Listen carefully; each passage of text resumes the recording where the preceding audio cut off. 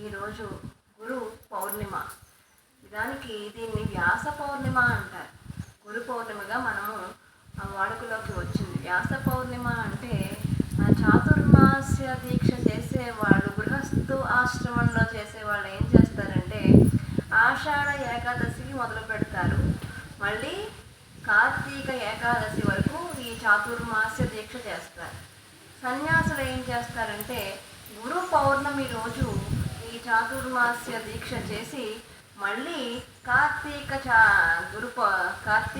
పౌర్ణమి వరకు ఈ దీక్ష కొనసాగిస్తారు. అలా ఈ గురువు ఏదైతే ఉందో ఈ ఆషాఢ పౌర్ణమి రోజు మొదలుపెట్టారు. అయితే ఈ గురు పౌర్ణిమ రోజు ఎందుకు చేస్తారండి అంటే, ఏదైతే వ్యాసులు వారు ఉన్నారో వారు మనకి అనేక వేదాలను, ఉపనిషత్తులను, ప్రపంచ వాంగ్మయాన్ని కూడా భగవంతుని తెలుసుకునే వాంగ్మయం ఏదైతే ఉందో దాన్ని వారు వ్యాసం చేశారు అంటే విభజించారు. కుప్పలు తెప్పలుగా ఉన్నటువంటి మన వేదం ఏదైతే ఉందో దాన్ని మనం చదవలేము కదా, దాన్ని విభజించి దాన్ని వ్యాప్తి చెందించారు వ్యాసుల వారు. అటువంటి వ్యాసుల వారు చెప్పింది ఏదైతే ఉందో దాన్ని మనం పరంపరాగతంగా మనము నేర్చుకుంటున్నాం. అయితే ఏదైతే వ్యాసుల వారు ఎక్కడి నుంచి గ్రహించారు అంటే సదాశివ సమారంభం, లేదంటే నారాయణ సమారంభం. నారాయణ నుంచి ఉన్నటువంటి ఏ జ్ఞానం అయితే, ఏ వేదం అయితే ఉందో దాన్ని బ్రహ్మగారు నుంచి వశిష్ఠుల వారు దగ్గర నుంచి శక్తి మహర్షి నుంచి వ్యాసుల నుంచి సుఖ మహర్షి నుంచి గోవింద భగవత్పాదుల వారు, తర్వాత గౌడపాదుల వారు, తర్వాత శంకరులు, అలా పరంపరాగతంగా మనకి ఈ జ్ఞానం ఏదైతే ఉందో అది పంచబడింది. అది క్రమక్రమంగా వచ్చిందనమాట. అయితే గురువులు మనకి చాలామంది ఉంటారు. ఈ జీవితం నడవాలి అంటే 2 రకాల గురువులు ప్రతి వారి యొక్క జీవితంలోనే ఉంటారు. అందులో బాహ్య విషయాలు ఏవైతే ఉంటాయో వాటిని నేర్పే గురువులు, చదువు కానివ్వండి, ఏదైనా బతుకు తెరువు కోసం నేర్చుకునే విద్య కానివ్వండి, దాన్ని నేర్పే వారిని కూడా గురువనే అంటారు. కానీ గురువు అంటే గౌరవింపదగ్గవారు. మనం ప్రతి వారిని గౌరవించాలి. ఈ రోజుల్లో చిన్న పిల్లలు సైతం గురువుని గౌరవించడం లేదు. ఎందుకంటే ఈ మధ్య నేను ట్రైన్ ప్రయాణం చేస్తుంటే ఒక మనవరాలతో వాళ్ళ అమ్మ మాట్లాడుతుంది. ఏమనంటే, స్కూల్లోకి వెళ్ళావు కదమ్మ, నిన్నే మొదటి రోజు కదా, స్కూల్ తెరిచేశారు కదా, మళ్ళీ ఇవాళ మానేసావు, మళ్ళీ రేపు వెళ్తావో లేదో, ఇలా మానేస్తూ పెడుతూ ఉంటే ఎలారా అని చెప్పేసి అంటుంటే, టీచర్ నాకు నచ్చలేదమ్మా అని చెప్పింది. గొడవ లేదు, ఎందుకంటే టీచర్కి నచ్చే రోజులు, పిల్లలు నచ్చే రోజులు పోయాయి. టీచరే వీళ్ళకి నచ్చాలి, నచ్చితేనే వీళ్ళు స్కూల్కి వెళ్తారు. అలాంటి రోజుల్లో ఉన్నాం. కాబట్టి ఏ గురువునైనా సరే గౌరవించడం అనేది మనం పిల్లలకి నేర్పాలి. ఎందుకంటే మాతృదేవో భవ, పితృదేవో భవ, ఆచార్య దేవో భవ అన్నప్పుడు ఆ పిల్లవాడికి మొదటి గురువు తల్లే. ఆ తల్లి పిల్లవాడు గురువుల్ని కానివ్వండి, స్కూల్లో టీచర్ని కానీ ఏకవచనంతో మాట్లాడినా, నింద చేసినా మనం తప్పుమని చెప్పగలగాలి. అలా అలవాటు చేయాలి. ఎందుకంటే ఒక అక్షరం మనం బయట నుంచి ఏదన్నా నేర్చుకున్నా వాళ్ళు మనకి గురువు సమానులు. వారి అందరినీ మనం గౌరవించాలి. కానీ మనకి సిద్ధ గురువులు అనేవారు ఉంటారు. వాళ్ళు ఏంటంటే వాళ్ళు మంత్రము మనకి ఉపదేశించి అఖండ మండలాకారం వ్యాప్తం ఏన చరాచరం, ప్రపంచమంతటా వ్యాపించి నిమిడీకృతమైనటువంటి భగవంతుడు ఎవరైతే ఉన్నారో చరా అచర అంటే చరించే వాటి యందు, చరించినటువంటి జడముల యందు కూడా భగవంతుడు వ్యాప్తి చెందిపోయి ఉన్నాడు. అటువంటి భగవంతుణ్ణి తత్పదం దర్శితం ఏన, అటువంటి భగవంతుని మనకి దర్శించేవాడు ఎవరయ్యా అంటే మనకు మంత్రోపదేశం చేసినటువంటి సిద్ధ గురువు.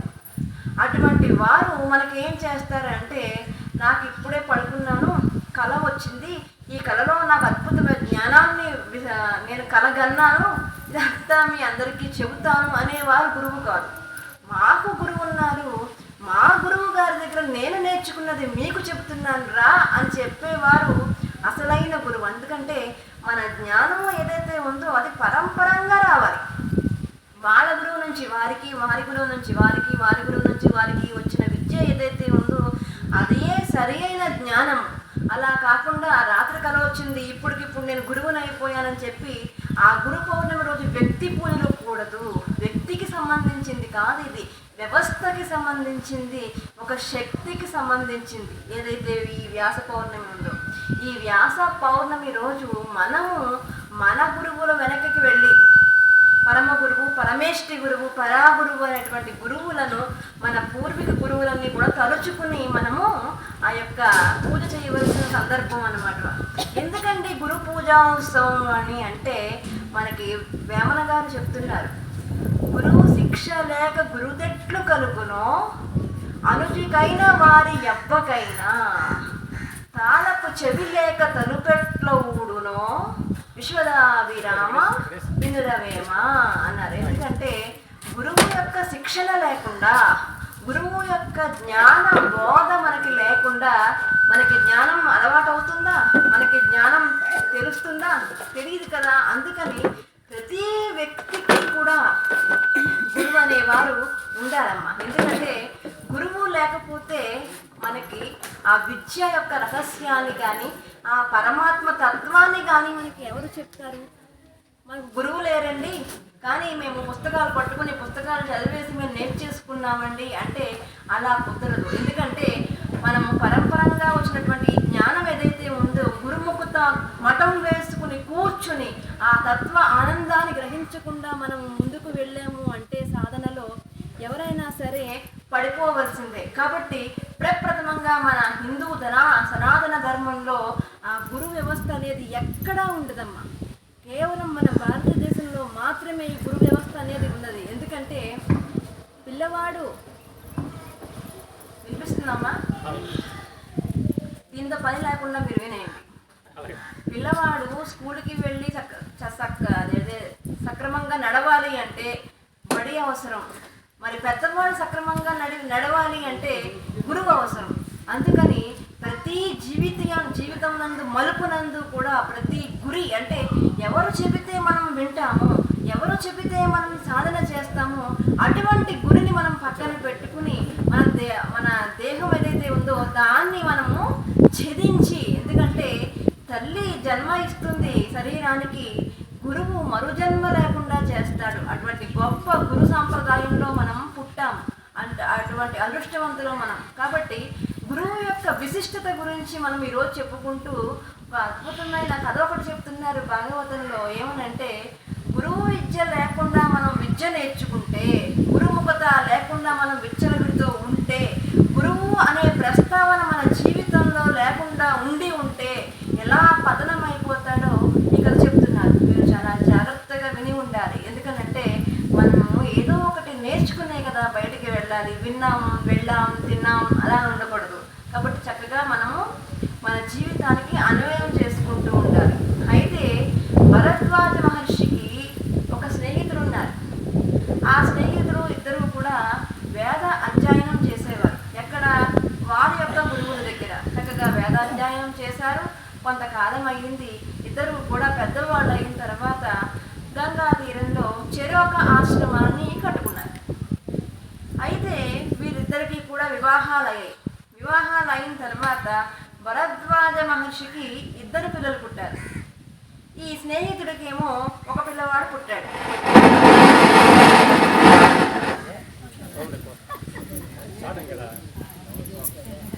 అయితే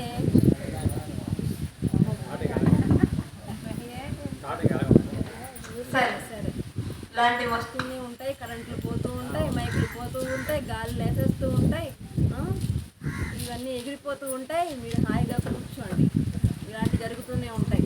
హఠాత్తుగా ఏదో వచ్చేస్తూ ఉంటుంది. సరే, ఏదైతే వీళ్ళిద్దరూ ఉన్నారో చక్కని ఆశ్రమాలు కట్టుకున్నారు, వివాహాలు చేసుకున్నారు, పిల్లల్ని కూడా వీళ్ళు కన్నారు. అయితే పిల్లలు పుట్టిన తర్వాత ఈ స్నేహితుడు ఎవరైతే ఉన్నారో వారికి ఒక పిల్లవాడు, భరద్వాజుడికి ఇద్దరు పిల్లలు పుట్టారు. పుట్టిన తర్వాత ఈ స్నేహితుల యొక్క ఇద్దరు భార్యలు కూడా కాలం చేశారు. ఈ పిల్లలు బాధ్యత వీరి తండ్రి మీదే పడిపోయింది. పడిపోతే వీళ్ళు ఏం చేశారంటే భరద్వాజ మహర్షి వాళ్ళ పిల్లలిద్దరికీ కూడా అన్ని అస్త్రశస్త్ర విద్యలు, వేదాంత విద్యలు, జ్ఞానాన్ని గురువుల దగ్గర చక్కగా నేర్పించారు.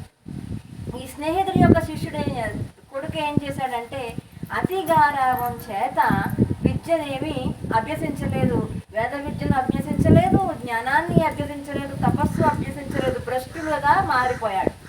మారిపోతే ఊరిలో జనం అందరూ కూడా అబ్బో తల్లి లేకపోయినా సరే భరద్వాజుడు ఉన్నాడు కదండి, వాళ్ళిద్దరు పిల్లల్ని కూడా చక్కగా పెంచారు, రాజుగారి ఆస్థానంలోకి కొలువులో చక్కగా వేదాభ్యాసం చేస్తూ వేద విద్య చేస్తూ యాగాలు యజ్ఞాలు చేస్తూ హాయిగా ఉన్నారండి. యజ్ఞాలు అయితే వేద విద్యకు ఉంటే సరిపోదు కదా, దానికి సంబంధించిన వినయం కూడా వీరికి ఉండాలి కదా. విద్య వినయ సంపన్నులు భరద్వాజులు వారి యొక్క పిల్లలు అని చెప్పి ఊరు వాడ ఉప్పొంగింది. ఉప్పొంగితే సహజ సిద్ధంగా ఉన్నటువంటి తండ్రికి ఈ స్నేహితుడు ఎవరైతే ఉన్నాడో వానికి బాధ కలిగింది. అయ్యో ఇద్దరం కలిసి చదువుకున్నాం, ఒకసారి వివాహాలు చేసుకున్నాం, పిల్లల్ని కన్నాం, వాడి పిల్లలేమో అభ్యుదయ బాటలోకి వెళ్ళి చక్కగా వేదాన్ని అభ్యసించి మంచి ఉద్యోగాలు సంపాదించుకొని వివాహాలు కూడా చేసుకుని హాయిగా ఉన్నారే, వీడు ఏంటి ఇలా తయారయ్యాడు అని చెప్పి బాధపడి చూడరా నా స్నేహితుడి పిల్లలు చూడు చక్కగా వేద విద్య నేర్చుకున్నారు, గురువు దగ్గర చక్కగా అన్ని వినయ సంపన్నలు అన్ని నేర్చుకున్నారు, నువ్వు మాత్రం ఇలా అయిపోయావేంటి అని చెప్పగానే ఆ కొడుకు బాధపడి రుసరుసలాడుతూ వేద విద్యను నేర్చుకునే ఇంటికి వస్తాను అని చెప్పి ఒక్కసారిగా ఇంటి నుంచి వెళ్ళిపోయాడు. వెళ్ళిన వాడు వెళ్ళినట్టు ఉండకుండా గంగా తీరానికి వెళ్ళి ఇంద్రుడి గురించి తపస్సు చేశాడు. ఇంద్రుడి గురించి తపస్సు ఎందుకు చేశాడండి అంటే మనకి ఏదైనా జ్ఞానము కావాలి అంటే ఇంద్రుడి యొక్క తపస్సు చెయ్యాలని చెప్పి ఈ భాగవతం మనకి చెప్తుందన్నమాట. అయితే ఇంద్రుడి గురించి ఘోర తపస్సు చేశాడు, చుక్క మంచినీళ్ళు కూడా తాగలేదు, ఆహారాన్ని కూడా స్వీకరించకుండా తపస్సు చేశాడు. తపస్సు చేస్తే ఇంద్రుడు ప్రత్యక్షమయ్యాడు. ప్రత్యక్షం అవగానే అప్పుడు చెప్తాడు, నాకు అఖండమైన జ్ఞానము ఏదైతే ఉందో అది మీరు నాకు ఆ వేద విద్య అంతటిని కూడా ప్రసాదించండి. ఎందుకంటే మా తండ్రి గారి యొక్క స్నేహితుడు భరద్వాజుడి యొక్క కొడుకులు ఎవరైతే ఉన్నారో వాళ్ళు అఖండ జ్ఞాన సంపన్నులు, వారికంటే నాకు 10 రెట్లు జ్ఞానం కావాలి, ఆ వేద విద్య ఏదైతే ఉందో అది నేర్పించాలంటే ఆ వరం ఒక్కసారిగా వేద విద్య అంతా నాకు వచ్చేయాలి అని చెప్పి వరం కోరుకున్నాడు.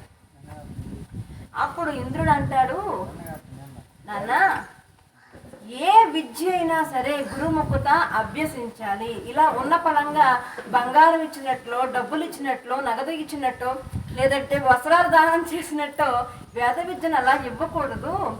నువ్వు చక్కగా ఓ గురువు దగ్గరికి వెళ్ళి చక్కగా కూర్చుని చక్కగా పాఠాలు జ్ఞానాన్ని అభ్యసించు అని చెబితే నేను అభ్యసించను, నువ్వు వరం ఇస్తావా ఇవ్వవా అని చెప్పగానే నేను ఇవ్వనని చెప్పని వెళ్ళిపోతే నేను ఇంటికి వెళ్ళను అని చెప్తాడు.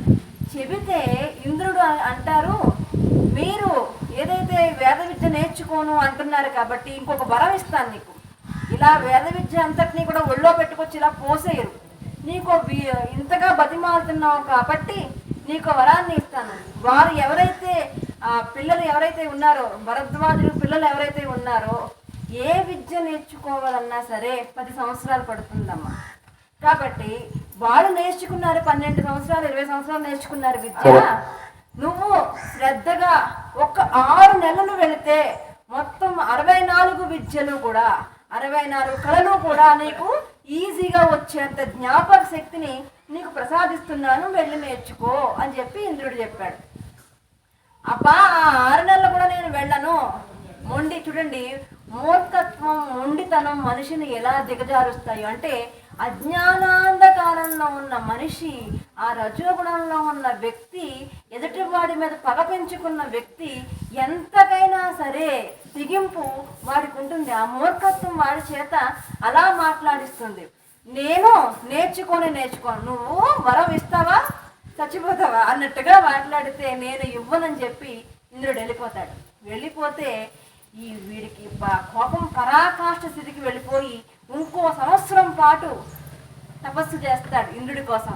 తపస్సు చేసి కనీసం ఆ ఆకులు కోసుకొని తినడం కూడా చేయడు. ఆకు రాలితే ఆ ఎండిపోయిన ఆకుని తిని వారి ప్రాణం దేహాన్ని నిలబెట్టుకోవాలి కదా, దానికోసం అని చెప్పి ఆ తిని 1 సంవత్సరం పాటు ఆ యొక్క తపస్సు చేస్తాడు. ఇంద్రుడు ఇచ్చిన మాట ఏంటి? 6 నెలల విద్య నేర్చుకుంటే వచ్చేస్తుందని చెప్పాడు. కానీ వీడు సంవత్సరం పాటు తపస్సు చేశాడు. అంతకుముందో సంవత్సరం, ఇప్పుడు సంవత్సరం తపస్సు చేశాడు. వీడి బాధ భరించలేక మళ్ళీ ఇంద్రుడు వచ్చాడు. ఇంద్రుడు వచ్చి, నువ్వు నాకు బెదిరింపు దాకా వెళ్ళింది అది, నువ్వు వేద విద్య నాకు నేర్పవా అంటే, నేను నేర్పనయ్యా బాబు, అలా చెయ్యకూడదు. శాస్త్ర విరుద్ధమైన పనులు ఎవ్వరూ కూడా చెయ్యకూడదు. ఎందుకంటే జ్ఞానము అనేది ఒకరి సొత్తు కానే కాదు, అది ధర్మ విరుద్ధము. ధర్మ విరుద్ధమైన పనులు నేను చెయ్యకూడదు అని చెప్పి ఆయన అక్కడి నుంచి వెళ్ళిపోతే, నువ్వు ఇవ్వకపోతే నేను ఇంటికి మాత్రం వెళ్ళను, నేను ఇలాగే తపస్సు చేసుకుంటాను, సంవత్సరం కాదు కదా, ఆ జన్మాంతము కూడా ఇలా తపస్సు చేసుకుంటూ ఉంటానే కానీ ఇంటికి మాత్రం వెళ్ళనని మంకు పట్టి మళ్ళీ తపస్సులో కూర్చుని ఏం చేస్తాడంటే, ఒకానొక కాలంలో గంగా నదికి స్నానం చేయడానికని బయలుదేరి వెళ్తూ ఉండగా నది దగ్గర కూర్చుని ఒక పండు ముసలాయన ఏం చేస్తూ ఉంటారు అంటే, గంగా నది ఒడ్డున ఉన్నటువంటి ఏదైతే ఇసుక రేణువులు ఉంటాయో వాటిని గంగా నదిలో వేస్తున్నాడు. ఆయన వేస్తుంటే ఈ దృశ్యాన్ని చూశాడు. అసలే రజోగుణం, అసలే తెలుసుకోవాలన్న ఉబలాటంతో ఆ పెద్ద ఆయన దగ్గరికి వెళ్ళి, స్వామి మీరు ఈ మట్టి ఏదైతే ఉందో దాని గంగలో ఎందుకు వేస్తున్నారు అని అడిగితే, నేను ఆమె ఒడ్డుకి వెళ్ళాలయ్యా, అందుకని నేను ఈ మట్టి వేసుకుంటూ ఉంటున్నాను, ఎప్పుడోకప్పుడు అది వస్తుంది కదా, దాని మీద నడుచుకుంటూ వెళ్ళిపోతాను అనగానే ఈ యొక్క ఇతను అంటాడు, మీరు అలా చేయడం వల్ల ఉపయోగం ఏముంది, పునాది అనేది ఉండాలి కదా, అలా మట్టి వేసేస్తూ ఉంటే చెల్లా అయిపోతూ ఉంటుంది కదా, దేనికైనా పునాది ఉండాలి, దాని మీద కాంక్రీట్ ఉండాలి, దాని మీద మీరు మట్టి వేసుకోవాలి, చక్కగా రహదారి ఏర్పడుతుంది, అప్పుడు మీరు వెళ్ళాలి అని చెప్పి ఆయనకి హితబోధ చేస్తాడు. ఇతడు చేయగానే అప్పుడు ఈ ముసలాయన అంటారు కదా, దేనికైనా పునాది చాలా అవసరం కదా, మరి నువ్వు ఎందుకు పునాది లేకుండా జ్ఞానాన్ని కావాలని అంటున్నావు అని చెప్పి ఆ ముసలి వేషాన్ని తీసి ఒక ఇంద్ర రూపాన్ని ధరిస్తారు ఇంద్రుడు వారు. అయితే దేనికైనా పునాది కావాలని నువ్వే అంటున్నావు, మరి ఇలా పునాది లేకుండా అడ్డగోలుగా వచ్చే సంపద నీకు ఏం ఉపయోగపడుతుంది, జ్ఞాన సంపద అని చెబితే మళ్ళీ మూర్ఖుడి పరాకాష్ఠ స్థితి అన్నమాట. మీరు ఎన్ని చెప్పండి, మారు వేషంలో వచ్చి నన్ను మారుద్దామని చూస్తారా, అయినా సరే నేను మారను, మీరు నాకు ఆ ఒళ్ళో వచ్చి పడుకోవాలంతే అన్నాడు. ఆ విద్య అంతా వీడి బాధ భరించలేక ఆ యొక్క విద్య అంతా కూడా దారపోసి, నువ్వు ఎప్పుడూ కూడా వినయాన్ని కోల్పోవద్దు అని చెప్పి ఆయన వెళ్ళిపోతాడు. ఇంకంతే, కోతికి కొబ్బరికాయ దొరికితే ఏమొద్దమ్మా, దాన్ని చితక్కొట్టే వరకు దాని మనశ్శాంతి ఉండదు. వీడికి కూడా ఆ అపూర్వమైనటువంటి వేద విద్య దొరకగానే పరిగెట్టుకు తండ్రి దగ్గరికి వెళ్ళి ఒక్కసారిగా యజుర్వేద సామవేదాలన్నిటినీ కూడా ఉచ్చరించి అనర్గళంగా చెప్తూ ఉంటాడు. అన్ని కళలు చూపిస్తూ ఉంటాడు, సంగీతాన్ని పాడతాడు. మొత్తం 64 విద్యలు కూడా తండ్రి అని ప్రదర్శించి ఆనందానుభూతి పొందుతాడు. కానీ తండ్రికి గుబేలు మంది లోపల ఎక్కడో, ఎందుకంటే అయ్యి బాబోయ్ ఎన్నో సంవత్సరాలకు గురువు మూత కూర్చుంటే కానీ రాని విద్యలు వీడికి ఒక్కసారిగా వచ్చేసాయి, ఈ గర్వం ఏదైతే ఉందో వీడిని ఇది పాడు చేస్తుంది. అందుకనే భజ గోవిందంలో శంకరులు అంటారు, భజ గోవిందం భజ గోవిందం గోవిందం భజ మూఢమతే మా కురుదన జన యవ్వన గర్వం. ఏంటి మనకి ఏదైతే ధన జన యవ్వన గర్వాలన్నమాట, 3 గర్వాలు మనిషికి ఉంటాయట. మా ధన జన గర్వం అంటున్నారు. అంటే ధనము అంటే ఒక్కసారిగా నడిమంత్రపు సిరి అంటారు చూసారా, నడిమంత్రపు ధనము కానీ నరం మీద కురుపు కానీ వచ్చినాయి అంటే దాన్ని ఆపడం ఎవ్వరి తరం కాదంటారండి. ఎందుకనంటే నడిమంత్రంగా ధనం వచ్చిందనుకోండి, కష్టపడి సంపాదించిన వాడు 1 రూపాయి ఖర్చు పెట్టాలంటే 100 రకాలుగా ఆలోచిస్తాడు. అనర్గళంగా డబ్బు అర్ధాంతరంగా వచ్చి పడింది అనుకోండి, 100 రూపాయలు ఖర్చు పెట్టవలసిన చోట ఏమాత్రమూ ఆలోచించకుండా వేలకు వేలు దారిపోస్తాడు ఇవి జ్ఞానం లేనివాడు. అది ధనం గురించి చెప్తున్నారు. ఇంకా జనము, నువ్వు అంతటోడివి, నువ్వు వింతటోడివి, నువ్వు ఇంద్రుడివి, నువ్వు చంద్రుడు అని వెనకాల పొగిడినంత కాలం, జనం ఉన్నంత కాలం వీడికున్న గర్వము అంతా ఇంత కాదు. అందుకని ఈ 1 ధన గర్వం, 2 జన గర్వం, 3 యవ్వన గర్వం. ఈ యవ్వనం ఏదైతే ఉందో అది కూడా మధ్యలోంచి వచ్చేదే. తర్వాత తిరకాలం మనతో ఉంటుందా? యవ్వనం ఉంటుందా? మనం అందరం యవ్వనంతో ఉన్నామా? ఉండము కదా. ఎందుకంటే ఆ యవ్వనంతో వచ్చి గర్భంతో వృద్ధాప్యంలో ఉన్న వాళ్ళని వీళ్ళు తోలునాడుతూ ఉంటారు, వాళ్ళని హేళన చేస్తూ ఉంటారు. ఎందుకంటే వీళ్ళు ఎప్పటికీ ఆ యవ్వనంతోనే ఉండిపోతారు అన్న భ్రమలో ఉండి ముసలి వాళ్ళను, పెద్దవాళ్ళను వీళ్ళందరూ కూడా హేళన చేస్తూ ఉంటారు, ఈ యవ్వన గర్భం ఉన్నవారు. ఇవన్నీ కూడా హరతి నిష్పాహ అన్నారు. అంటే ఎలా పోతాయంటే ఒక్క క్షణం పట్టదు, కాలంలో సర్వం కూడా హరతి అంటున్నారు. ఆ సర్వము ఏదైతే ఉందో ధనగర్వము కానివ్వండి, యవ్వన గర్భం కానివ్వండి, జనగర్భం కానివ్వండి, హరతి అన్నీ కూడా ఒక్కసారిగా పోతాయి ఎప్పుడోకప్పుడు. ఎందుకంటే మధ్యలో వచ్చేవి పోవడానికే కదా. మనం అందరం ఇక్కడికి వచ్చాం, ఈ గ్రామానికి వచ్చాం, మళ్ళీ ఏం చేస్తాం? వెళ్ళిపోతాం. అదేవిధంగా మధ్యలో వచ్చినది ఏది కూడా మనతో నిలబడదు, ప్రతిదీ కూడా వెళ్ళిపోతుంది. కాబట్టి మనము ఈ సమాజంలో ఏదైతే ఉందో, ఈ ప్రకృతిలో ఉన్న ఆ భగవత్ పదం, ఏదైతే బ్రహ్మ పదం ఏదైతే ఉందో దాన్ని మనం అలవాటు చేసుకోవాలి. గురుముఖత అని చెప్పి తండ్రి ఎవరైతే ఉన్నాడో ఆయన కొడుక్కి చెప్పి, నువ్వు విద్య వచ్చింది బాగానే ఉంది కానీ విద్యకు తగ్గ వినయం ఉండాలిరా, నువ్వు వినయాన్ని ఎప్పుడూ విడిచిపెట్టిపోకు. ఇంకొకటి, ఆ భరద్వాజ మహర్షి పిల్లలు ఎవరైతే ఉన్నారో వాళ్ళిద్దరికీ జోలికి పోమాకు, చాలా జాగ్రత్తగా ఉండు. అందుకని పెద్దల మాట చెద్దన్నం మూట అంటారు, పెద్దవాళ్ళు చెప్పారు కదా. కూర్చోండి అన్న. అందుకని తండ్రి చెప్పాడు, మీరు భరద్వాజ పిల్లల దగ్గరికి వెళ్ళొద్దు, ఇంకోటి వినయంగా ఉండండి అని చెబితే నువ్వనే అన్నాడు. కానీ బయటకు వెళ్ళి భరద్వాజ పిల్లల దగ్గరికి వెళ్ళి, చూసారా మీరు ఎన్నో సంవత్సరాల నుంచి కష్టపడి నేర్చుకున్న విద్య ఏదైతే ఉందో గురుముఖత మీరు నేర్చుకున్నారు, కానీ నేను ఏదైతే గురువు ముఖత కాకుండా, గురువు లేకుండా తపశక్తి చేత నేను సరే హరిగం వీరు గురుముఖత కూర్చుని ఇంత విద్యను నేర్చుకున్నారు, ఏ గురువు లేకుండా కేవలం తపశక్తి చేత నేను ఆ 64 కళల్ని కూడా నేను అభ్యసించేశాను రా అని చెప్పి వాళ్ళని హేళన చేస్తూ ఉండేవాడు. ఈ అహంకారం ఎంత దూరం వెళ్ళిపోయింది అంటే, ఆ భరద్వాజుడి యొక్క పెద్ద పిల్లవాడైనటువంటి భార్య నీళ్ల బిందె తీసుకుని నీళ్ల బిందెతో నీళ్ల కోసం వెళితే ఆ బిందె పట్టుకు లాగాడు. మీ భర్త ఎవరైతే ఉన్నారో గురువుల దగ్గర విద్య అభ్యసించాడు కాబట్టి నేను తపశక్తితో అవలంబించాను. చూడండి ఆ మూర్ఖత్వం, రజోగుణం ఎలా ఉంటాయో. రావణాసురుడు చూడండి, రావణాసురుడు భక్తుడే, కానీ భక్తి ఉంటే సరిపోదుక, భక్తికి తగ్గ వినయము, భయము మనిషికి ఉండాలి. అందుకని ఎప్పుడైతే ఇది జరిగిందో ఆ కోడలు ఎవరైతే ఉన్నారో, నీ భర్తకు జ్ఞానం ఏదైతే ఉందో దానికన్నా ఎక్కువ ఉంది, నువ్వు ఆయన విడిచిపెట్టి నా దగ్గరికి వచ్చాయని చెప్పి అనరాని మాటలన్నీ మాట్లాడితే పాపం ఆవిడ ఏడ్చుకుంటూ ఇంటికి వెళ్ళిపోయి భరద్వాజుడితో ఈ విషయం చెప్పింది, మావయ్య గారితో. ఈ ఎవరైతే ఉన్నారో మీ స్నేహితుడి యొక్క కొడుకు ఎవరైతే ఉన్నాడో ఆ పట్ట పగలు అందరి మధ్యలో బింది పట్టుకుని లాగాడు అని చెప్పి ఎక్కి ఎక్కి ఏడుస్తుంటే, భరద్వాజుడు కూడా గురు పరంపర నుంచి వచ్చినటువంటి తపశ్శక్తి కలిగినటువంటి మహాత్ముడు. ఎందుకంటే అర్ధాంతరంగా విద్య వచ్చిన వారికి, కష్టపడి విద్య నేర్చుకున్న వాళ్ళని మీరు గమనించండి, ఇద్దరికి చాలా తేడా ఉంటుంది. వాళ్ళకున్న ప్రజ్ఞ వీళ్ళకి ఉండదు. అందుకని భరద్వాజుల వారికి చాలా కోపం వచ్చి ఒక్కసారిగా లేచి తన యొక్క జటల నుంచి 2 జడలు తీసి నేలకేసి కొట్టారు. కొట్టగానే ఆ 2 జడల నుంచి 2 వ్యక్తులు బయటకు వచ్చారు.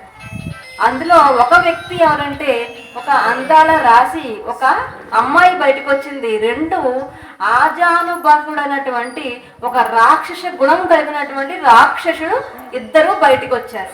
బయటికి రాగానే భరద్వాజుల వారిని అడుగుతారు, అయ్యా మీరు మమ్మల్ని ఎందుకు పుట్టించారు, మేము ఏం చెయ్యాలి అని అడిగితే అప్పుడు భరద్వాజుల వారు చెప్తారు, అదిగో నా స్నేహితుడి యొక్క కొడుకు ఎవరైతే ఉన్నాడో వాడిని ఈ అమ్మాయి ఎవరైతే జడ నుంచి వచ్చిన అమ్మాయి పుట్టిన అమ్మాయి ఎవరైతే ఉందో వాడిని రెచ్చగొట్టగానే వాడు ఈ అమ్మాయి వెనక పడగానే నువ్వు ఆ అమ్మ భరద్వాజుడి యొక్క స్నేహితుడి యొక్క కొడుకును నువ్వు చంపేయి అని చెప్పి చెబుతాడు అనమాట. కానీ ఆశ్రమంలో ఉండగా మాత్రం మీరు వెళ్ళకండి, ఎందుకనంటే ఆ ఆశ్రమం ఏదైతే ఉందో మా గురుదేవుల యొక్క తపస్సు, ఆ ఆశ్రమం చాలా తపస్సు చేత కష్టపడి కట్టుకున్నాడు నా స్నేహితుడు, మీరు అందులోకి వెళ్ళలేరు. ఎందుకంటే ఆశ్రమాలలోకి దుష్ట ప్రయోగాలు చేయడం కుదరదు. ఎందుకంటే ఆశ్రమాలు జ్ఞానానికి ప్రతీకలు.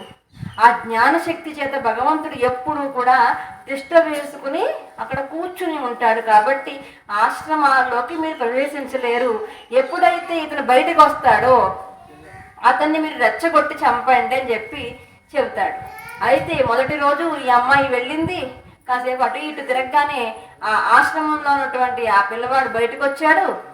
బయటకు వచ్చి ఎప్పుడైతే ఈ రాక్షసుడి మీద పడదాం అనుకునేటప్పటికి తెలిసిపోయింది వెంటనే. ఎందుకంటే ఎంతటి మూర్ఖుడికైనా తెలివితేటలు బాగానే ఉంటాయి కదా, ఇదేదో పన్నాగం అనుకుని ఒక్కసారిగా ఆశ్రమంలోకి పరుగు పెట్టాడు. కానీ వీళ్ళు వదలలేదు. మళ్ళీ రెండో రోజు కూడా మళ్ళీ శుభ్రంగా అలంకరించుకుని వాడి ముందు డ్యాన్స్ చేయడం, ఇలాంటి నృత్యాలు చేయడం, పాటలు పాడడం చేయడం వల్ల అవన్నీ మర్చిపోయి తన్మయత్వ భావంలోకి చెందిపోయి ఆ అమ్మాయికి లొంగిపోయాడు ఈతను. లొంగిపోగానే పక్క నుంచి దాగి ఉన్న రాక్షసుడు ఒక్కసారిగా తన శూలంతో ఆ యొక్క బ్రాహ్మణుడిని హతమార్చేశాడు. హతమారిస్తే భరద్వాజ మహర్షి యొక్క స్నేహితుడైనటువంటి వాడు లోపల నుంచి బయటకు వచ్చి, అయ్యో చెప్పాను కదరా నీకు జ్ఞానులతో పెట్టుకోవద్దని, వినయంతో ఉండమని చెప్పాను కదా, నీ ప్రాణాల మీదకి తెచ్చుకున్నామని చెప్పి లబోదిబోమని బాధపడుతూ లోపల ఎక్కడో తండ్రి హృదయం ఉంటుంది కదండి, అది మాట్లాడుతుంది. ఏమనంటే, నా కొడుకు ఏదో తప్పు చేశాడు, భరద్వాజుడు నా స్నేహితుడు కదా, కనీసం నీ కొడుకు ఇలా తప్పు ప్రవర్తన చేశాడు ఆయన మందలించడం కానీ నాకు చెప్పడం కానీ చేయకుండా ఏకంగా చంపేశాడు ఏంటి అని చెప్పి బాధపడుతూ అంటాడు, నాకు ఏదైతే పుత్రశోకం కలిగిందో భరద్వాజుడు తన పిల్లల చేత చంపబడతాడు అని చెప్పి శపించి తాను మరణిస్తాడు. మరణించగానే ఈ అమ్మాయి ఈ రాక్షసుడు ఇద్దరూ కలిసి భరద్వాజ మహర్షి దగ్గరికి వెళ్తే అప్పుడు భరద్వాజుడు, మిమ్మల్ని ఏం చేయమంటారు, మీరు చెప్పిన పని మేము చేసేసాం, ఇప్పుడు మమ్మల్ని ఏం చేయమంటారు అంటే భరద్వాజుడు చెప్తున్నాడు, ఎవరైతే అసత్యం మాట్లాడరా, ఎవరైతే కామాలతో ఉంటారో, ఎవరైతే అజ్ఞానంతో ఉంటారో, ఎవరైతే విచ్చలవిడితో ఉంటారో, ఎవరైతే ఇంద్రియాలకి లొంగిపోయి ఉంటారో మీరు వాళ్ళందరినీ ఆవహించండి, ఈ అమ్మాయిని నువ్వు పెళ్లి చేసుకో అని చెప్పి ఇద్దరిని పంపించేస్తారు. అందుకనే సంధ్యా సమయాల్లో ఎవరైనా సరే తినకూడనివి తిన్నా, అనకూడనివి అన్నా, వెళ్ళకూడని చోటకి వెళ్ళినా ఈమె వారిని పట్టుకోగానే రోగ రూపంలో రాక్షసుడు ప్రవేశిస్తాడన్నమాట. అందుకనే చూడండి, మనసు బుద్ధి ఆలోచనలు బాలేని వాళ్ళందరికీ వచ్చే రోగాలు ఈ రూపంలో ఉంటాయని చెప్పి భరద్వాజులు వారికి చెప్పారు. ఇలా జరిగిపోయింది. కొంతకాలం అయిన తర్వాత ఆ భరద్వాజ మహర్షి ఆశ్రమంలోంచి ఒకసారి ఆ ఒంటేలుగని బయటకు వస్తారు. వచ్చినప్పుడు ఆ పని చేసుకుంటూ ఉండగా అదే సమయంలో కొడుకు కూడా బయటకు వచ్చి ఏదో ఒక జంతువు వచ్చిందేమో అనుకుని చేతిలో ఉన్న కర్రను విసిరేస్తాడు. విసిరేయగానే అది తలకి తగిలి భరద్వాజ మహర్షి మరణిస్తాడు. మరణించగానే ఒక్కసారిగా కెవ్వని కేక పెడతారు కదా, ఆ కేకకి ఇదేంటి జంతువు అనుకుని కొట్టాను, మనుషుల యొక్క అరుపు వినిపించింది అంటే దగ్గరికి వెళ్ళి చూస్తే తండ్రి ఎంతో బాధపడతాడు. అది ఎందుకు జరిగింది అంటే అదిగో స్నేహితుడు శపించాడు కదా, అది జరిగింది. జరగగానే తండ్రి మరణానికి కారణమయ్యానని చెప్పి చాలా బాధపడ్డాడు. అయితే ఆ రాజ్యంలో రాజుగారు ఒక మహాయజ్ఞాన్ని చేస్తుంటే ఆ యజ్ఞానికి ఈ భరద్వాజ యొక్క కుమారులిద్దరూ కూడా బ్రహ్మలుగా ఉన్నారు. ఆ యజ్ఞము సంపూర్ణం అవ్వాలి, పూర్ణాహుతి జరగాలి. ఈ లోపల తండ్రిని చంపిన ఆ ఏదైతే హత్యాపాతకం 1, 2 ఆ యజ్ఞం పరిపూర్ణం అవ్వకుండానే సూతకం 1 వచ్చింది. మైలు అంటారు కదా, ఆ మైలు అంటుకుంది. ఎలాగా అని చెప్పి బాధపడుతూ ఉంటే తమ్ముడిని పిలిచి, తమ్ముడా, ఆ యజ్ఞం ఏదైతే ఉందో ఆ పూర్ణాహుతి మంత్రాలు తమ్ముడికి రావు, అన్నగారికే వచ్చు. నువ్వేం చేస్తావు అంటే, నా బదులు నా యొక్క ఏదైతే పాపం ఉందో దాన్ని పోగొట్టుకోవడానికి, ప్రాయశ్చిత్తానికి నువ్వు నా బదులు వెళ్ళి తపస్సు చేయి, నేను యజ్ఞాన్ని చేస్తాను. సూతకం సోకింది, సూతకం అనేది వచ్చింది కదా, యజ్ఞం ఎలా చేస్తాడు అంటే అప్పుడు చెప్తున్నారు, మనకి ఏ యజ్ఞము చేసినా, ఏ కళ్యాణం చేసినా చేతికి కంకణం కడతారు కదా, ఆ కంకణం కట్టినప్పుడు మనకి ఎటువంటి సూతకం తగిలినా ఆ పని చేసుకోవచ్చు అనమాట. ఆ కంకణం ఇప్పకూడదని కడతారు. అయితే కంకణం చేతికి ఉంది కదా, నాకేమీ సూతకం అంటుకోదు కాబట్టి యజ్ఞాన్ని పరిపూర్ణం చేస్తాను, నా పాపాన్ని పోగొట్టి నువ్వు తపస్సు చేయమని చెబుతాడు. చూడండి మనుషుల యొక్క ఆలోచనలు ఎలా ఉంటాయో. తమ్ముడు తపస్సు చేయడానికి వెళ్ళాడు, అన్నగారు రాజుగారి యొక్క రాజదర్బారికి యజ్ఞం చేయడానికి వెళ్ళాడు. వెళితే యజ్ఞం పూర్ణాహుతి అవుతుంది అనగా తమ్ముడు పరిగెట్టుకుంటూ వస్తున్నాడు యజ్ఞం, ఎందుకంటే తపస్సు పూర్తి అయిపోయింది, ఇక్కడ యజ్ఞం అయిపోతుంది, 2 అవుతున్నాయి. కానీ అన్నయ్యకి మధ్యలో ఒక ఆలోచన పుట్టింది. అందరి ముందు అన్నయ్య నీ ప్రాయశ్చిత్తం అయిపోయింది, తండ్రిని హత్య చేస్తామని చెప్పేస్తాడేమో అని భయపడి గబాలన వెళ్ళి ఈ అన్నగారు రాజుగారితో ఏం చెప్పాడంటే, అదిగోండి మా తమ్ముడు వస్తున్నాడు, వాడు మా నాన్నగారిని చంపేశాడండి, వాడు బయటికి గెంటేశాను నేను, మళ్ళీ ఇప్పుడు వచ్చాడు, మీరు కూడా గెంటేయండి అని చెప్తాడు. చెప్పగానే ఇప్పుడు చూడండి, మాట ఎవరైతే పైన ఉంటుందో వాడినే కదా నమ్ముతారు. ఎందుకంటే యజ్ఞం పూర్తి చేశాడు కదా, తండ్రిని ఎలా చంపుతాడు అనుకుంటారు, నమ్మరు అని రాజుగారు ఏం చేశారు అంటే, భటులను చెప్పి వాడిని బంధించండి రా అని చెప్పగానే 5, 6 భటులందరూ చుట్టుముట్టి పట్టుకోకపోతే అడుగుతాడు, ఏంటయ్యా నన్నెందుకు పట్టుకుంటున్నారయ్యా మీరు అని అడగగానే, ఎందుకు పట్టుకోవడం ఏంటి, తండ్రిని మరణించాడు, తండ్రిని చంపావు నువ్వు, దాన్ని ప్రాయశ్చిత్తం చేసుకోవడానికి వెళ్ళి మళ్ళీ ఏ మొహం పెట్టుకుని వచ్చావు అని అంటే, నేను కాదయ్యా చంపింది మా అన్నగారయ్యా, వాడి యొక్క పాపాన్ని పోగొట్టడం కోసం నేను తపస్సు చేశాను అని చెప్పి అంటాడు లబోదిబోమని. అంటే వాళ్ళు నమ్ముతారా? ఎవరు ఏది చెబితే అది నమ్మే లోకంలో మనం ఉన్నాం కదా.